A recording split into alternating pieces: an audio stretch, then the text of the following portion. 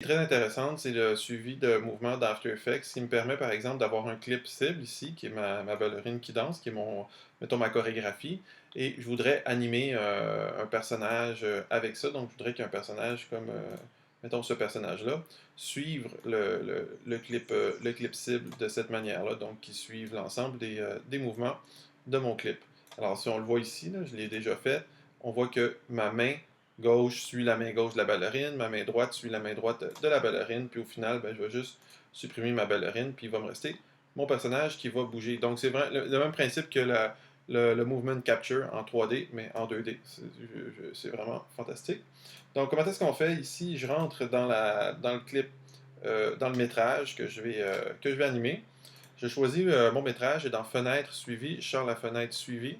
Et là, je clique sur Suivi le mouvement. Ça me fait un petit point comme ça, qui est mon point de suivi dans le fond, que je vais placer sur l'élément qui doit être suivi, qui doit être traqué, si on veut. Le gros carré, c'est un peu pour capter l'environnement autour duquel il doit faire une moyenne.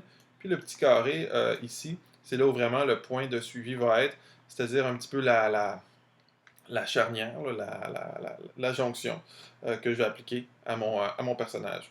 Donc, une fois que j'ai fait ça ici, si mon personnage est bien délimité, ce que j'ai déjà vu, c'est des gens qui mettaient des petits post-it sur leur modèle avec des petits points au centre. Ça aidait lorsqu'on faisait ça, mais là, j'ai pas ce type de métrage-là. Parce que si on a bien fait ça, on a juste à peser sur Play, ici, et ça va se faire tout seul. Le point de suivi part, puis suit notre ballerine. On voit que ça s'est bien passé au début ici, mais qu'à la fin, là, c'est parti là, un petit peu dans le champ. Fait que donc cette manière-là de faire play et analyser vers l'avant n'était pas applicable pour ça. Donc, je vais y aller keyframe par keyframe. Donc, c'est relativement simple ici. Je pèse sur un keyframe en avant, un keyframe en avant, un keyframe en avant, un keyframe. Puis là, on voit que mon point suit pas mal mon pied. Oups, là, it's going south. Fait que je m'en viens le replacer. J'ai un petit peu de misère à aller chercher ce truc-là. Pouf.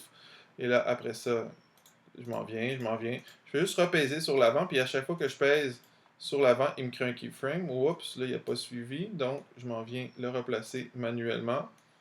Ici, je reclique encore sur en avant, en avant, en avant, en avant. Des fois, quand on l'enligne comme ça, il comprend, puis il fait un bon travail par la suite. Oups, je vais reculer deux, trois trucs, quelques commandes Z parce qu'il ne l'avait pas bien pris. Je continue, toujours, et bon, au bout d'un compte, vous auriez compris, là, il faut que je zoome un petit peu, je m'en viens à la placer. En avant, en avant, en avant, en avant, en avant, en avant, en avant, en avant, en avant. Oups, il est décalé, je m'en viens à la placer. Je pense qu'on commence à comprendre le truc. Et une fois que c'est terminé, tout ça, je reviens dans ma composition, ici. Et le personnage ici que j'ai animé, bon, là, en ce moment, ce que c'est juste un gros PNG. Ok, tout simplement. Et c'est un PNG sur lequel j'ai fait un effet de marionnette. Donc, au début, c'était un PNG comme ça. J'ai cliqué sur mon petit outil coin de marionnette. Ça m'a créé une marionnette. J'ai d'autres tutos où est-ce que je le montre, l'effet de la marionnette.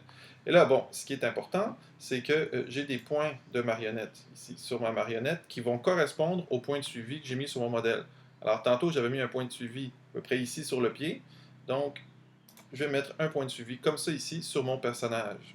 Et là, ce point de suivi-là ici va s'appeler coin de marionnette. Je vais le renommer. Je vais l'appeler pied gauche, lui aussi.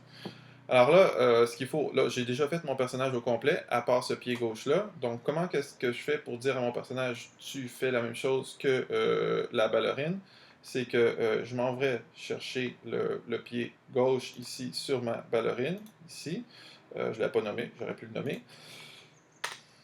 Pied gauche ici. Et sur le pied gauche de mon personnage à animer, n'est-ce pas? Je sélectionne pied gauche, je sélectionne position, je vais dans animation, ajouter une expression. C'est ça qui va être vraiment important. Et là, je vais prendre la petite cible ici de mon personnage à animer. Je vais aller chercher la propriété centre de la fonction ici parce que c'est le petit X que je vous montrais tantôt et je vais juste tirer là-dessus. Et voilà, bingo, c'est fait. Il y a une petite phrase d'expression qui se fait pour dire que, au fond, mon point de suivi de mon personnage suit le point de suivi de l'expression qui est là. Et voilà, c'est tout. Le personnage suit la ballerine ici et mon pied suit la ballerine. Donc ça, c'est vraiment, vraiment le fun. Ça peut être fait, comme je vous dis ici, c'est un PNG tout simplement aplati que j'ai mis là. Peut-être pas la meilleure manière, mais ça marche très bien. Sinon, si on aurait un personnage qui serait complètement rigué, je vais le faire ici juste avec un rectangle, là, juste pour qu'on comprenne bien le truc.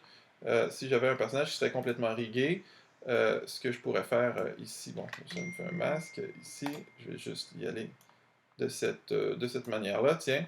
Alors, admettons que j'aurais mon personnage rigué, que j'aurais les différents points. Mais le point peut être appliqué, le point de suivi, à n'importe quelle propriété. Donc, par exemple, je vais prendre mon calque de forme, je vais aller chercher la propriété position avec P, je vais aller dans animation, ajouter une expression, et je vais juste aller chercher le point de suivi ici de ma ballerine. Bon, par exemple, je sais pas moi, centre de la fonction. J'ai remarqué que point d'attache aussi, ça fait pas mal la même chose. Centre de la fonction, point d'attache ici. Et puis voilà, mon, mon carré comme ça ici, qui serait un bras ou quoi que ce soit. Là. Je vais éteindre mon escogriffe juste pour qu'on comprenne. Je l'ai relié au pied. Ben, suit le pied. Donc, la coordonnée 0, 0 de ce graphique-là suit le pied. Donc, si mon personnage serait tout rigué, tout suivrait. Alors, c'est ça pour le suivi, le tracking de personnages.